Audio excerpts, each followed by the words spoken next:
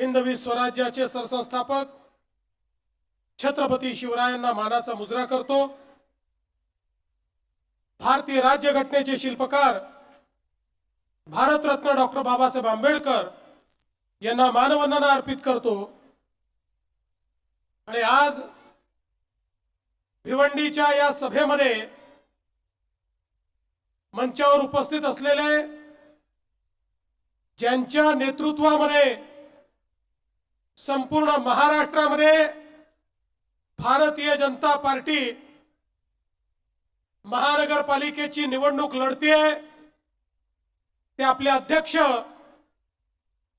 श्री रवींद्र चव्हाण जी, माजी केंद्रीय राज्यमंत्री श्री कपिल पाटील जी, आपले लोकप्रिय आमदार महेश चौगुले जी, आमदार ज्ञानेश्वर म्हात्रे जी, रवी सावंत जी, माधवीताई नाईक, महेंद्र गायकवाड, श्याम पाटील, कमलाकर पाटील, मनोज कातेकर, संतोष शेट्टी, श्याम अग्रवाल, ॲडव्होकेट हर्षल पाटील, सुमित पाटील, मंचावरील सर्व मान्यवर, या ठिकाणी आपले सर्व उमेदवार आणि मोठ्या संख्येने उपस्थित असलेल्या माझ्या सर्व लाडक्या बहिणी आणि तितक्याच लाडक्या भावांनो,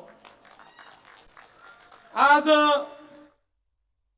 मला अतिशय आनंद आहे की पुन्हा एकदा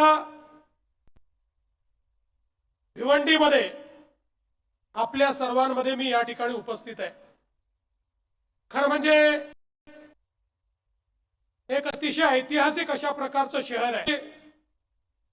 8व्या शतकामध्ये राजा भीमदेवाच्या काळातही या शहराचा उल्लेख आपल्याला पाहायला मिळतो।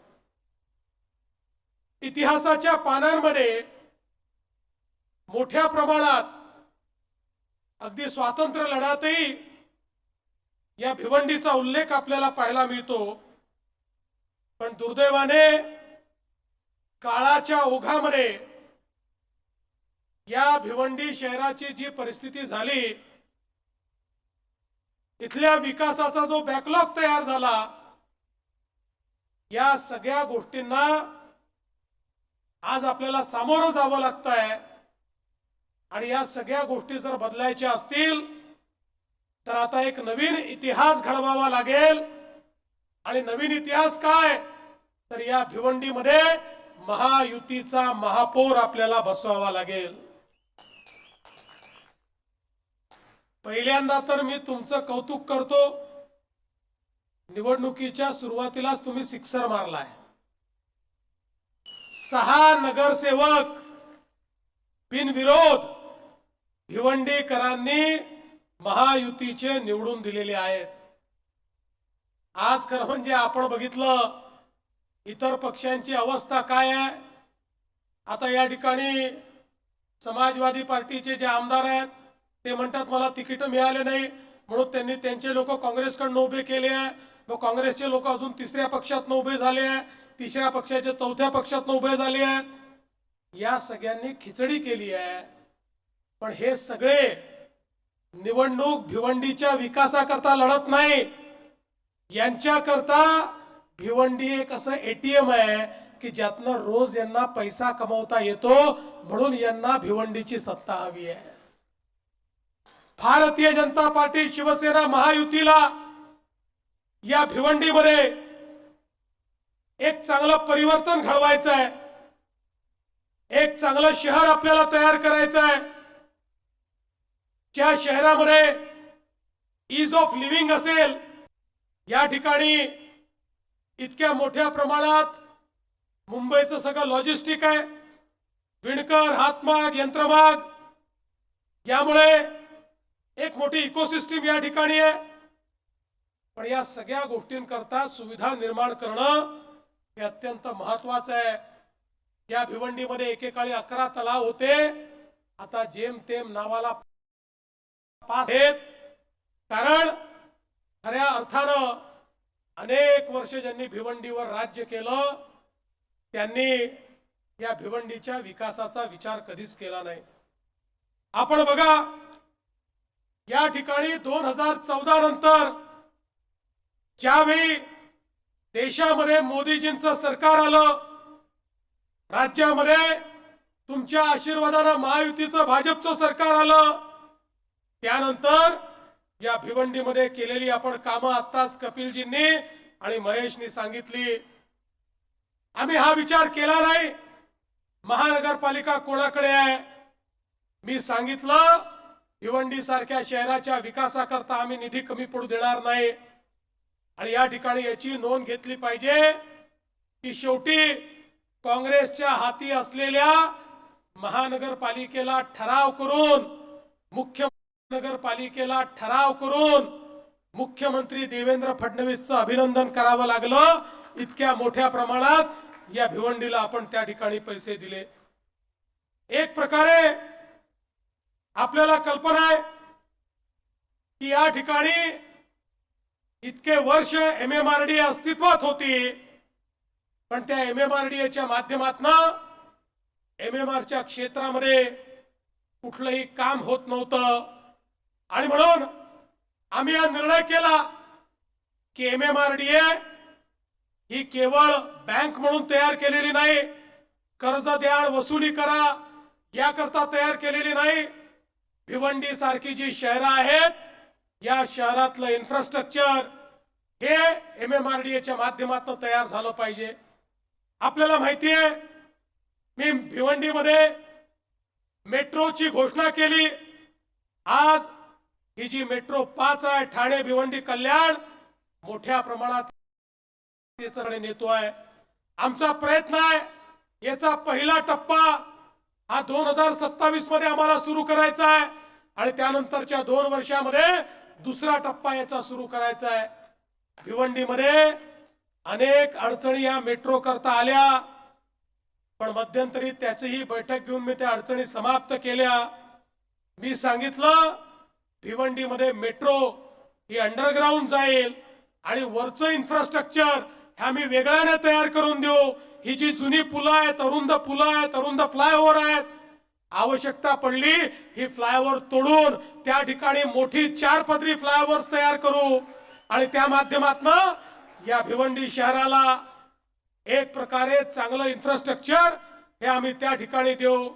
आणि म्हणून मेट्रो 5 असेल, मेट्रो 12 असेल, या माध्यमातून मोठ्या प्रमाणात भिवंडीला त्या ठिकाणी मदत करण्याचा प्रयत्न आम्ही करतो।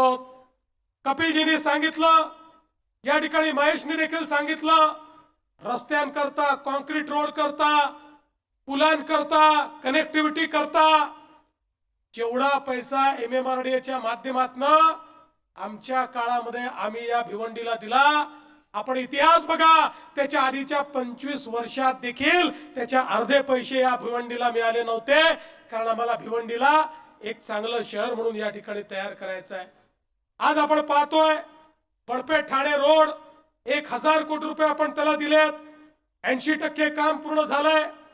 समृद्धी महामार्गाला जी कनेक्टिव्हिटी आहे ती कनेक्टिव्हिटी आपण त्या माध्यमातून करतो, जेणेकरून या रस्त्यावरची जी काही ट्रॅफिक आहे ही आपल्याला कशी त्या ठिकाणी कमी करता येईल हा आपला प्रयत्न आहे। आणि त्यासोबत एक चांगलं लॉजिस्टिक हब हे या ठिकाणी तयार करून ते योग्य पद्धतीनं, नियोजित पद्धतीनं या ठिकाणी बसवून अनेकांच्या हाताला काम मिळेल, लोकांना व्यवसाय करता येईल आणि त्यासोबत लॉजिस्टिकच्या योग्य सुविधा आणि कनेक्टिव्हिटी होईल, अशा पद्धतीनं या भिवंडीला लॉजिस्टिक हब म्हणून आपण तयार करतो। भिवंडी बायपासचं काम हे आपण याच वर्षी पूर्ण करणार आहोत। भिवंडी मनोहर रस्ता आहे त्याला 1000 कोटी रुपये आपण दिलेत, कामण पायगाव रस्त्याला 380 कोटी रुपये आपण दिलेत, 426 कोटी रुपये पाणी पुरवठा योजनेला आपण त्या ठिकाणी दिले, त्याचं जवळपास काम पूर्ण झालेलं आहे, होतंय। त्यातनं 2052 पर्यंत या शहराला जेवढं पाणी लागेल ते पाणी देण्याचा प्रयत्न आपला आहे। भूमिगत गटारी करता 428 कोटी रुपये, 350 कोटी रुपयाचे 54 रस्ते या ठिकाणी आपण केले आणि त्यासोबत 48 रस्त्यांना केंद्र सरकारच्या माध्यमातून आपण निधी उपलब्ध करून दिला, ज्या माध्यमातून एक आधुनिक इन्फ्रास्ट्रक्चर या ठिकाणी तयार झालं पाहिजे। साई मंदिरचा उडान पूल असेल, 35 कोटीची कोर्टाची इमारत असेल, 200 खाटांचे माता बाल रुग्णालय असेल, प्रधानमंत्री आवास योजनेच्या अंतर्गत या ठिकाणी 15,000 घरं असतील, 6,000 घरं पहिल्यांदा ठरली होती, आता ती 15,000 घरं केली आहेत आणि त्याचाही डीपीआर हा आपण या ठिकाणी मंजूर केलेला आहे। आपण या भिवंडी शहराला जवळजवळ 100 इलेक्ट्रिक बसेस द्यायचा निर्णय केलाय। त्यासाठी नागाव, टेमघर, कोंबडपाडा या ठिकाणी चार्जिंग स्टेशन उभारलेले आहेत। कुठल्याही प्रकारे प्रदूषण न करणारं अशा प्रकारचं पब्लिक ट्रान्सपोर्ट या भिवंडीमध्ये तयार करण्याचा प्रयत्न आपला आहे। बायो मायनिंग करता 40 कोटीची कामं सुरू झाली आहेत। 19 नागरी केंद्र, प्रत्येक केंद्राला 75 लाख रुपये त्या ठिकाणी दिले आहेत आणि मोठ्या प्रमाणात गरीबातल्या गरीब आमचा जो इथला फुटपाथ दुकानदार आहे अशा 9,000 लोकांना पीएम स्वनिधी मधनं देखील मदत करण्याचं काम आपण केलं आहे। पीएम विश्वकर्माच्या अंतर्गत 731 कारागिरांना त्या ठिकाणी प्रोत्साहन आणि प्रशिक्षण दिलंय। 32 कोटी रुपयाची अग्निशमन वाहने दिली आहेत। पण कचरा संकलनाकरता या ठिकाणी आपण मदत केली आहे, सौर ऊर्जेकरता आपण मदत केली आहे आणि विशेषतः पॉवर लूम करता मोठ्या प्रमाणात विजेची सवलत ही देखील आपण या ठिकाणी दिलेली आहे आणि ती सवलत पुढच्या काळामध्येही कंटिन्यू करण्याचा आपण प्रयत्न केलेला आहे। आणि एवढंच नाही, वेगवेगळ्या पद्धतीनं आपल्याला विकास कसा करता येईल त्या संदर्भातला आपला प्रयत्न आहे। मी भिवंडीकरांना एवढंच सांगण्याकरता आलो आहे, अनेक लोकांना वर्षानुवर्ष संधी मिळाली, त्यांनी भिवंडीचं काही केलं नाही। आम्हाला संधी न देता जर आम्ही इतकं काम करून दाखवलं तर तुम्ही संधी दिली तर नेमकं या ठिकाणी आम्ही काय करू याचा विचार तुम्ही करा। मी तर तुम्हाला सांगायला आलो आहे, या भिवंडीमध्ये आमच्या महायुतीचा महापौर बसवा, त्या महापौराकडनं भिवंडीच्या विकासाचा जेवढ्या किमतीचा आराखडा येईल तो पूर्ण करण्याची गॅरंटी हा देवाभाऊ या ठिकाणी घेतोय। भिवंडीला निधीची कमतरता पडू देणार नाही, पैशाची कमतरता पडू देणार नाही। ही लिव्हेबल सिटी करू, या शहरातल्या सामान्य माणसांना, नागरिकांना त्या ठिकाणी ज्या सोयी आहेत त्या सोयी देण्याचा प्रयत्न करू। झोपडपट्टीमध्ये राहणाऱ्या गरिबांच्या जीवनामध्ये परिवर्तन करण्याचा प्रयत्न करू आणि त्यासोबत या भिवंडीमध्ये रस्ते असतील, त्याचं रुंदीकरण असेल, त्या ठिकाणी नवीन प्रकारचे फ्लायओव्हर्स असतील आणि एवढंच नाही तर आवश्यकता पडली तर टनेल्सच्या माध्यमातून या भिवंडीला डिकंजेस्ट कसं करता येईल त्याचा देखील एक प्लॅन तयार करण्याचा प्रयत्न आम्ही करू। आणि म्हणून बंधू भगिनींनो, आज मी तुम्हाला हीच विनंती करण्याकरता आलो आहे। ही एक संधी आहे। आपण बघितलं असेल, ज्या ज्या शहरांनी भाजपचा आणि महायुतीचा महापौर दिला त्या शहरांचा चेहरा आपण बदललाय। महेश आता सांगत होता, ठाण्यासारखा विकास आम्हाला करायचा आहे, मुंबई सारखा विकास करायचा आहे। मग तो जर आपल्याला करायचा असेल तर या ठिकाणी आम्ही पाहिजे तेवढा विकास निधी द्यायला तयार आहोत, पण इथे जर तुम्ही योग्य लोक बसवले नाहीत, या ठिकाणी जर तुम्ही असे लोक बसवले की आलेला पैसा हा ते जर घरी घेऊन गेले, जनतेच्या विकासाच्या ऐवजी त्यांनी जर स्वतःचेच मजले उभे केले तर आपण किती पैसे दिले तरी या ठिकाणी फायदा होणार नाही। आज आपल्याला माहिती आहे, मोदीजी या ठिकाणी अमृत शहराच्या माध्यमातून आपल्या महाराष्ट्राला 50,000 कोटी रुपये त्यांनी दिलेले आहेत। शहराच्या विकासाचा एक नवीन आराखडा हा मोदीजींनी मांडलेला आहे। हा आराखडा भिवंडीमध्ये न्यायचा असेल तर त्या ठिकाणी त्याच विचाराचा महापौर आणणं हे देखील क्रमप्राप्त आहे। आणि म्हणून आज आपल्याला विनंती करण्याकरता आलो आहे, बघा आम्ही जे बोलतो ते करतो। विधानसभेच्या निवडणुकीमध्ये आपल्या सगळ्यांच्या आशीर्वादाने एक प्रचंड मोठं बहुमत आम्हाला मिळालं। हे बहुमत मिळाल्यानंतर लोक म्हणायला लागले, आता यांना इतकं मोठं बहुमत मिळालंय, आता हे लाडकी बहीण योजना बंद करतील. 1 वर्षापेक्षा जास्त काळ गेला पण लाडकी बहीण योजना बंद झाली नाही. आणि जोपर्यंत तुम्हाला सांगतो बहिणींनो, जोपर्यंत तुमचा देवाभाऊ मुख्यमंत्री आहे लाडकी बहीण योजना कधीच बंद होणार नाही. पण आता आमच्या लाडक्या बहिणींना केवळ लाडकी बहीण ठेवायचं नाही आहे, आता लाडक्या बहिणींना आपल्याला लखपती दीदी बनवायचं आहे. लखपती दीदी. महाराष्ट्रामध्ये 50 लाख लाडक्या बहिणी लखपती दीदी झाल्यात. पुढच्या 4 महिन्यात हा आकडा 1 कोटीपर्यंत पोहोचणार आहे. आता भिवंडीच्या जनतेने महायुतीला निवडून दिल्यानंतर महेशजी, कपिलजी आणि मंचावरच्या सर्व नेत्यांची जबाबदारी आहे. माझ्या लाडक्या बहिणींना केवळ लाडकी बहीण ठेवू नका, भिवंडीच्या माझ्या लाडक्या बहिणींना लखपती दीदी बनवायची जबाबदारी ही मी तुमच्यावर देऊन जातोय, या महानगरपालिकेवर देऊन जातोय.